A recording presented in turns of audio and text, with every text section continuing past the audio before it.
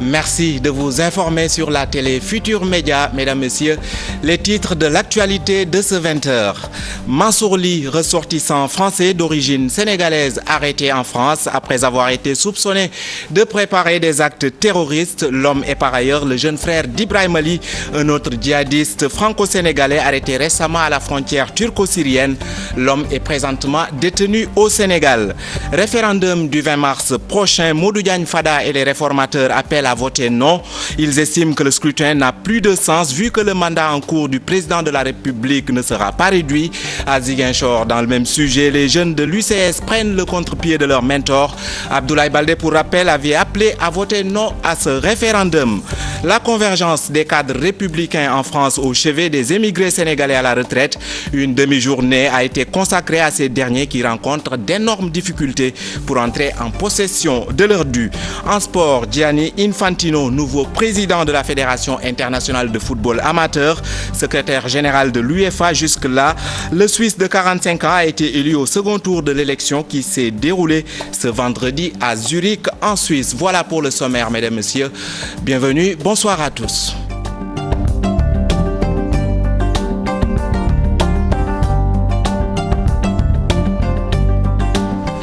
Mansour Ly, français d'origine sénégalaise, accusé d'association de malfaiteurs en vue de préparer des actes terroristes. Mansour Ly est par ailleurs le jeune frère d'Ibrahima Ly, un autre djihadiste franco-sénégalais arrêté récemment à la frontière turco-syrienne. L'homme est actuellement détenu au Sénégal, nous y reviendrons. Je vous le disais en titre, Modou Diagne Fada et les réformateurs appellent à voter non au référendum du 20 mars prochain. Ils estiment que le scrutin n'a plus de sens vu que c'est le septennat qui est maintenu pour le mandat du chef de l'État. L'organisation du référendum peut être coûteuse au Sénégal. Ils soutiennent que le budget peut servir dans d'autres secteurs en difficulté. Modou Diagne Fada, que je vous propose d'écouter. Nous, réformateurs, amis et sympathisants, votons et appelons catégoriquement tout le peuple à voter non. Enfin, les réformateurs sont catégoriques vu que le mandat en cours n'a pas été inclus. Le référendum a été vidé de sa substance, donc rien ne presse. En projetant le champ d'applicabilité de la réduction du mandat présidentiel au terme de l'exercice en cours, c'est-à-dire à partir de 2019, le président dénie tout son sens à ce référendum qui aurait pu être une réelle cure de jouvence pour notre démocratie. Pour Modou Diagne Fada et les réformateurs, le budget pour l'organisation du référendum peut servir à atténuer la tension sociale. Des défis hautement plus importants se posent à notre pays et qui s'articulent autour de la santé publique, de l'éducation qui s'éternise dans une morosité inquiétante, de l'ébullition du front social avec à la clé les multiples et récurrentes grèves entre autres. Alors, pourquoi ne pas consacrer ces ressources au secteur en souffrance dans notre pays? Concernant l'appel au dialogue, les réformateurs attendent de voir les propositions pour y participer. Nous attendons de connaître les nouvelles raisons. Parce qu'il doit y avoir... Auparavant, nous avions compris, parce que c'était pour parler des réformes, c'était pour parler éventuellement du projet de révision. Mais aujourd'hui, si nous devions rencontrer le chef de l'État, ce sera autour de quelles questions? Ils n'ont pas manqué de déplorer le manque de concertation sur un projet aussi important pour la vie de la nation. Dans ce sillage à Ziguinchor, les jeunes de l'UCS prennent le contre-pied de leur mentor. Abdoulaye Baldé, pour rappel, a appelé à voter non au référendum. Ils l'ont fait savoir au cours d'une conférence de presse, rencontre au cours de laquelle ils ont également rappelé au chef de l'État ses promesses non tenues. Boubacar Diassé. Au moment où leur chef de parti, Abdoulaye Baldé, appelle à l'abstention pour le 20 mars prochain, les jeunes centristes de Ziguinchor préconisent de voter non. Ils ont fait face à la presse à cet effet. L'article 26, qui revenait un peu sur le mode de scrutin, il a subi une modification qui supprime en tout cas le second tour. Ça a été volontiers ou pas, en tout cas, le fait, il est là, il est constant. Alors, même si l'article 26, tel que modifié, maintient le terme de majorité absolue, mais la notion de second tour a été supprimée. C'est pour cela que nous avons lancé un appel à toute la population sénégalaise de se mobiliser pour aller voter massivement pour un non, parce que nous estimons que si ce projet de réforme passe, ça va nous créer beaucoup plus de problèmes qu'il n'en règle. Il déclare que la décision du président Macky Sall de maintenir le septennat en cours ne les surprend pas. Cela ne nous surprend guère.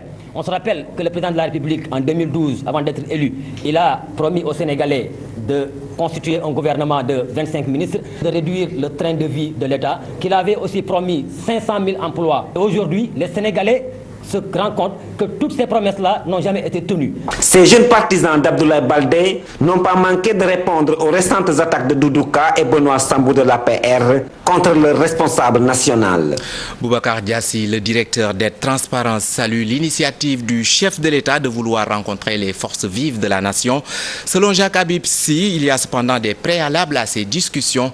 Il demande au président de la République d'impliquer les autorités religieuses. Jacques Habib Sy était l'invité du 13h. Ses propos sont recueillis par Hadi Atala. Nous l'écoutons. Les gens peuvent s'asseoir autour d'un agenda consensuel sur lequel tout le monde est d'accord et maintenant commencer la discussion. La discussion ne doit pas s'éterniser. C'est pour ça qu'il est important qu'il y ait vraiment un cadrage de cette discussion-là. Une fois qu'on s'entend sur des points essentiels, en particulier en ce qui concerne l'application des 5 ans au mandat actuel du président de la République. Ça, je crois que c'est une question qu'il doit régler d'ailleurs à son propre niveau. Parce que c'est lui qui l'avait promis, il faut que ce soit lui qui démêle les chevaux à ce niveau-là. Par ailleurs, les 14 points sur lesquels il appelle à des discussions de fond, ces questions-là ne peuvent pas être réglées par un référendum. Ce n'est pas par voie référendaire, mais par la voie de la législation. Il faut qu'on légifère sur ces points-là. Essayer de faire en sorte que les autorités religieuses qui, chaque fois qu'on a des problèmes, etc., essaient d'apporter les paroles apaisantes dont on a besoin, de discuter avec les uns et les autres pour qu'on puisse véritablement être dans des conditions pour se parler. La balle est dans son camp. Maintenant, il faut qu'il calme le jeu. Il faut qu'il fasse une déclaration appelant les uns et les autres à se calmer, mais que par ailleurs, qu'il souhaiterait arrêter ce référendum-là jusqu'à ce qu'on en ait fini. À présent, l'appel au dialogue du président de la République et le décryptage des spécialistes de la politique. Est-ce une porte de sortie? Le docteur en sciences politiques Serigne Saliou Samb parle de ruse. Une manière, dit-il, pour le président Sall de se rattraper. Le journaliste Demba Ndiaye, pour sa part, évoque un flou total sur les 15 points du projet de révision de notre Constitution. Maïmouna Ndiaye, Diafaraba. Après la polémique, le chef de l'État Macky Sall invite l'opposition au dialogue. Aux yeux du journaliste, trouver un consensus avec la classe politique devrait primer surtout. On aurait dû commencer par là, parce qu'on n'a pas commencé par là. Il a fait un discours, il a sorti 15 points de sa poche. Il a dit on va faire ça, mais j'ai soumis ça au Conseil constitutionnel. Bon, le faux débat entre avis et décision, tout ça, je crois que ça relève de la justification intellectuelle très malhonnête. Le docteur en sciences politiques va plus loin. Serigne Saliou Samb parle d'une stratégie politique. C'est très calculé de sa part, parce que demain il pourra dire devant l'opinion, quoi qu'on en dise, j'ai tendu la main à l'opposition. Si l'opposition refuse, une partie de l'opinion donc peut croire que c'est cette dernière-là qui ne joue pas le jeu. 15 points seront soumis au référendum. Demba Ndiaye pense que tout est flou. On va débattre sur quoi? On va débattre sur les 15 points, y compris celui qu'il a enlevé, ou on va débattre uniquement, où il va dire ça, on n'en discute plus parce que le Conseil constitutionnel l'a dit. Mais les gens n'ont pas élu le Conseil constitutionnel. Il faut que les gens arrêtent cette hypocrisie qui consiste à dire que des gens qui ne sont pas élus parle au nom du peuple et décide au nom du peuple. L'analyste politique relativise. Le statut de l'opposition, je crois que c'est une bonne chose. Les candidatures indépendantes, c'est une bonne chose. La diaspora qui pourrait disposer de ses députés, c'est une bonne chose. Mais quand même, il faut dire que depuis qu'il a annoncé ces réformes, l'opinion l'attendait sur la question cruciale de la réduction du mandat et sur sa rétroactivité. Certains disent oui, d'autres non. Le chef de l'État appelle à la concertation. L'idéal pour nos interlocuteurs, une campagne d'information et de sensibilisation pour mieux imprégner les populations.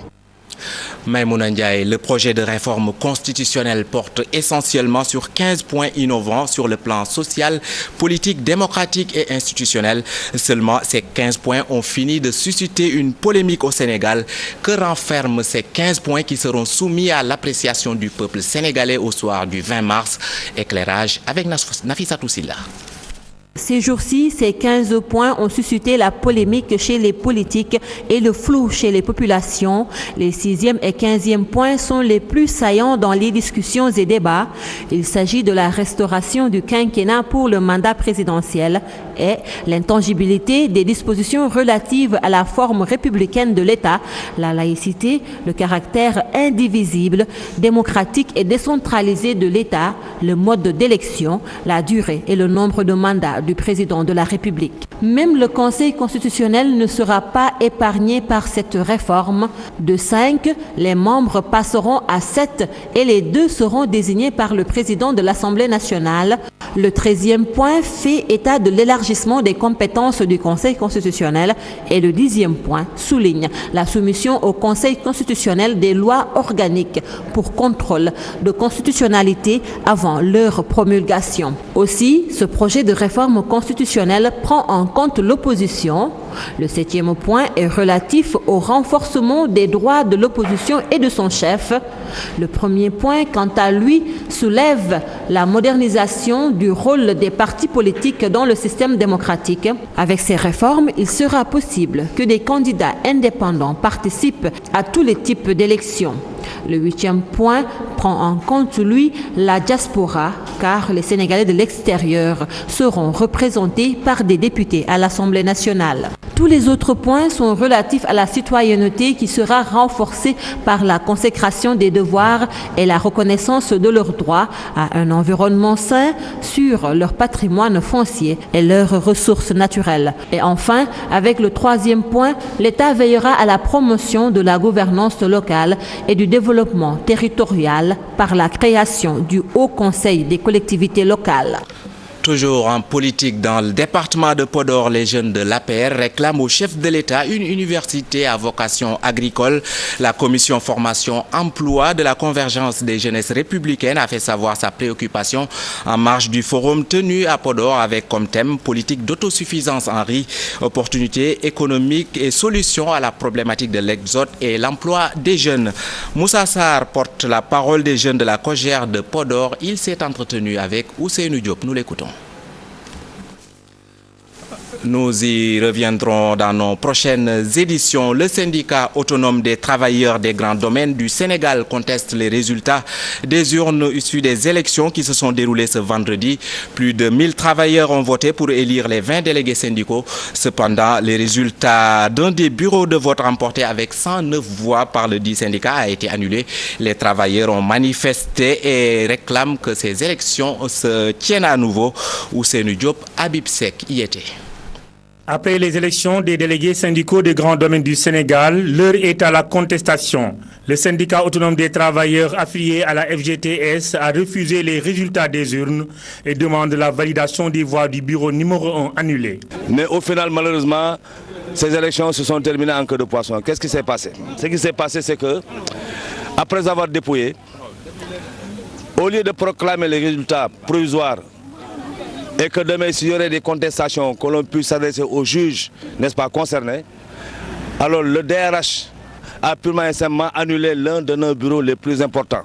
Et certainement, les élections seront reprises, n'est-ce pas, à Marigot. Après le vote, le syndicat autonome des travailleurs se retrouve avec 8 délégués contre 12 pour le STGDS. Pour la partie victorieuse, les dés sont déjà jetés.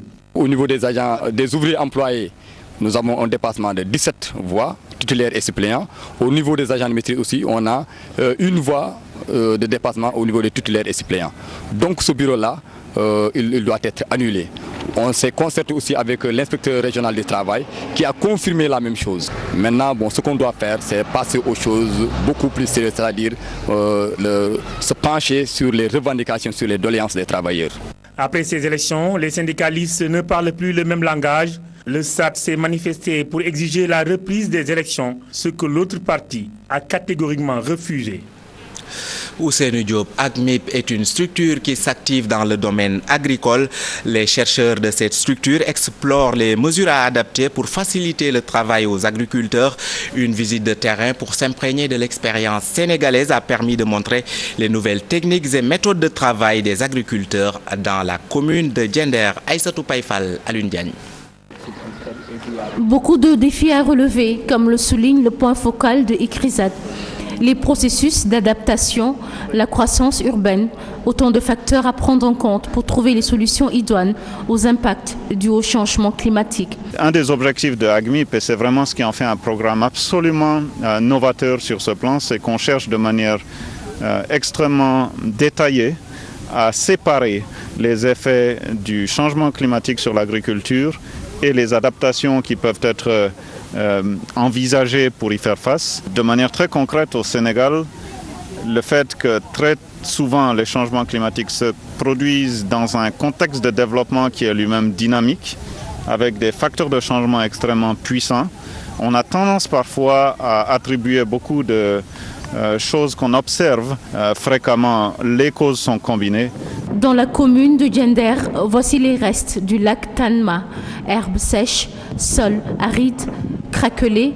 Le tarissement du lac n'a pas empêché agriculteurs et pêcheurs de se reconvertir. La reconversion, c'est de faire de l'arboriculture avec la mangue, mais aussi de continuer à faire le maraîchage. Ce qu'il faut faire, c'est de continuer à faire le reboisement. John Antel, professeur d'économie, parle par ailleurs de nouvelles techniques à mettre en place pour une production efficiente. Les défis sont c'est la température plus haut et la manque d'eau. Et donc, par exemple, ici dans ce champ, on voit qu'il y a les techniques pour mieux aménager l'eau et de conserver l'eau, par exemple. Et c'est un exemple de comment les agriculteurs devront changer les techniques. Destination Bayard, un centre d'expérimentation de semences biologiques où se cultivent oignons, tomates, pommes de terre. Une vision, asseoir une meilleure sécurité alimentaire. Nous participons activement à la recherche de solutions. Si vous voyez ici, cette plantation de tomates a été attaquée par des maladies qui étaient jusque-là inconnues. Mais pour ce faire aussi, nous nous sommes prémunis en utilisant uniquement de la fumure organique et en faisant des mélanges pour le traitement phytosanitaire. Dialogue, réflexion, proposition, des initiatives pour de meilleures politiques agricoles et rurales, AGMIP et IPAR s'engagent pour assurer une sécurité alimentaire à long terme. Je vous le disais en début de journal, Mansour Ly, Français d'origine sénégalaise, accusé d'association de malfaiteurs en vue de préparer des actes terroristes. Il a été arrêté en France. Mansour Ly est par ailleurs le jeune frère d'Ibrahim Ly, un autre djihadiste franco-sénégalais arrêté récemment à la frontière turco-syrienne et détenu au Sénégal. Retour sur le parcours de cet apprenti djihadiste dans ce récit signé d'Issa Prera. Association de malfaiteurs en vue de la préparation d'actes de terrorisme, c'est le chef d'accusation porté contre Mansour Ly et ses 4 camarades djihadistes. Mansour Ly, un Français d'origine sénégalaise, s'est retrouvé à l'hôpital suite à un accident de voiture. Le jeune homme et ses camarades étaient sur la route de Raqqa, fief de l'État islamique en Syrie, parti de la France dans la nuit du 17 au 18 janvier 2015. Le voyage s'est arrêté à 400 km de la frontière syrienne 3 jours après le départ. Nous sommes le 25 janvier 2015. Hospitalisés après leur accident, ils ont fini en prison. La police turque ayant été alertée par une fiche d'attention des autorités françaises et la disparition signalée de Mansour Sy par sa sœur. Devant la 16e chambre du tribunal correctionnel de Paris, Mansour Ly explique qu'il voulait se rendre en Syrie pour apprendre la religion. Le jeune homme va même plus loin. Je voulais solliciter une bourse pour étudier le Coran. Devant l'insistance des juges, Mansourli admet qu'il aurait fini par avoir une Kalachnikov entre les mains et qu'il l'aurait utilisée, mais pas de son propre gré. Pour rappel, Mansourli est le petit frère de Ibrahim Ly, islamiste radical arrêté à la frontière turco-syrienne et emprisonné au Sénégal pour avoir tenté aussi d'y implanter des cellules djihadistes.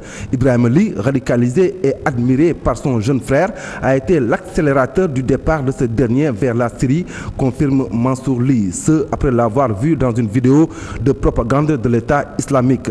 Depuis la prison de Fleury où il séjourne, le jeune homme de Trappes en banlieue parisienne, Mansourli suit une formation dans l'animation.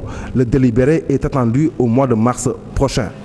À présent, lancement d'un concept Piétinons les préjugés, une initiative de Desa Ngumbok, une Camerounaise qui séjourne actuellement au Sénégal pour mieux sensibiliser les populations sur la situation des personnes vivant avec un handicap. La cérémonie de lancement de ce concept est prévue demain, samedi.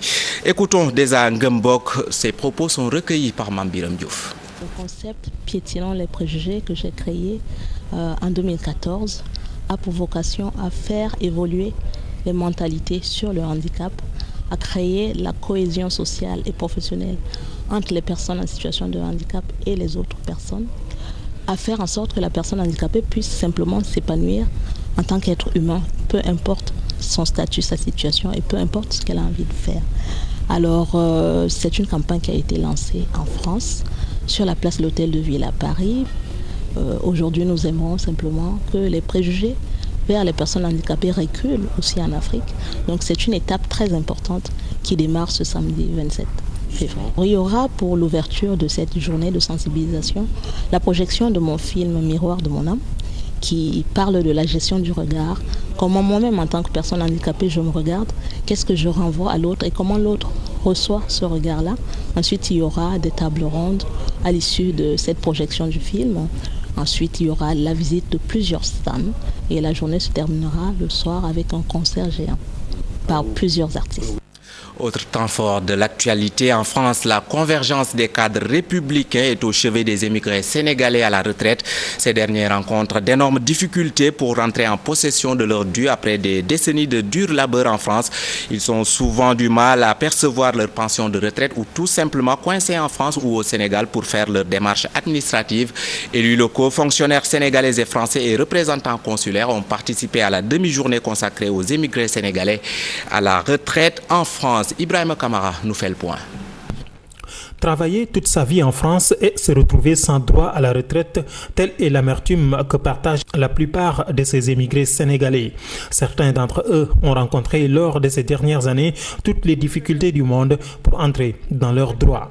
La convergence des cadres républicains de France, s'inquiétant du sort de ces seniors, a organisé cette rencontre afin de réinscrire la problématique des droits des Sénégalais de l'extérieur dans l'agenda de l'État du Sénégal. Le rôle de la CCR, donc convergence des cadres républicains, c'est aussi de travailler à amorcer ces actions, de travailler à faciliter les passerelles entre la Caisse nationale d'assurance vieillesse en France et l'IPRES au Sénégal, de participer aussi à transmettre l'information, la bonne information à nos retraités qui sont ici en France. Les retraités, fonctionnaires de l'État du Sénégal et ceux de la France, élus locaux, corps diplomatiques, associations, sociétés civiles et universitaires se sont tous penchés pendant une demi-journée sur les épineuses questions de droit à la retraite ou au veuvage que rencontrent nos compatriotes sénégalais de France.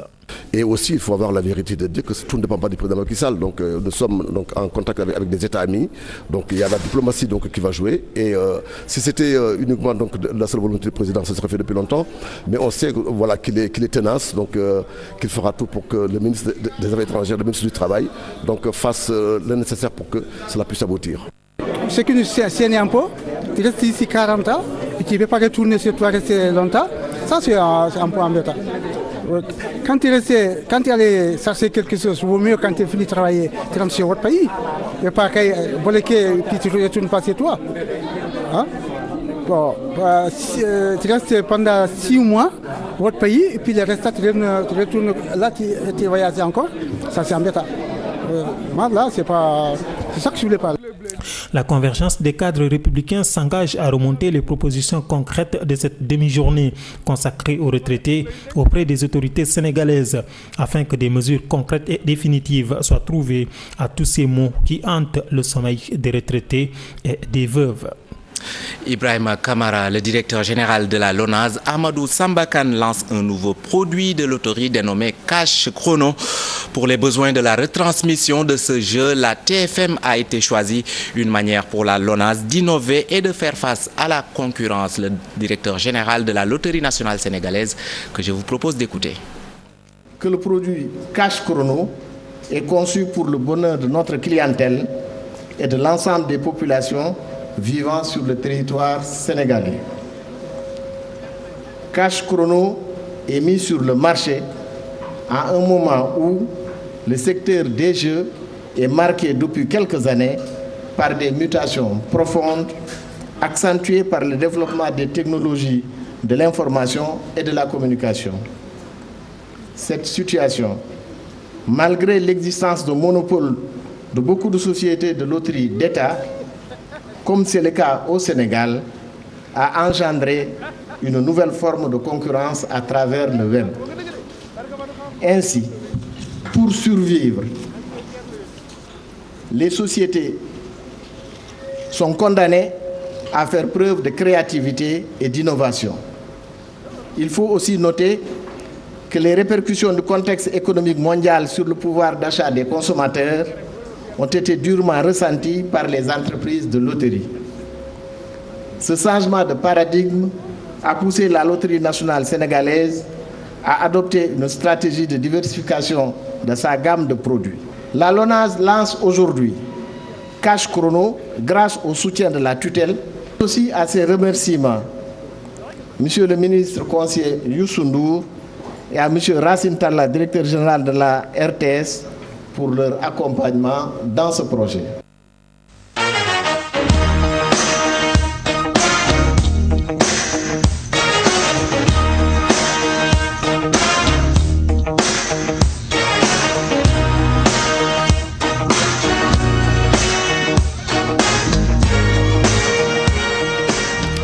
En sport, je vous le disais en titre, Gianni Infantino élu président de la FIFA avec 115 voix au second tour de l'élection devant le cheikh bahreïni Salman Ben Ibrahim Al Khalifa, président de la Confédération asiatique de football, qui a obtenu 88 voix.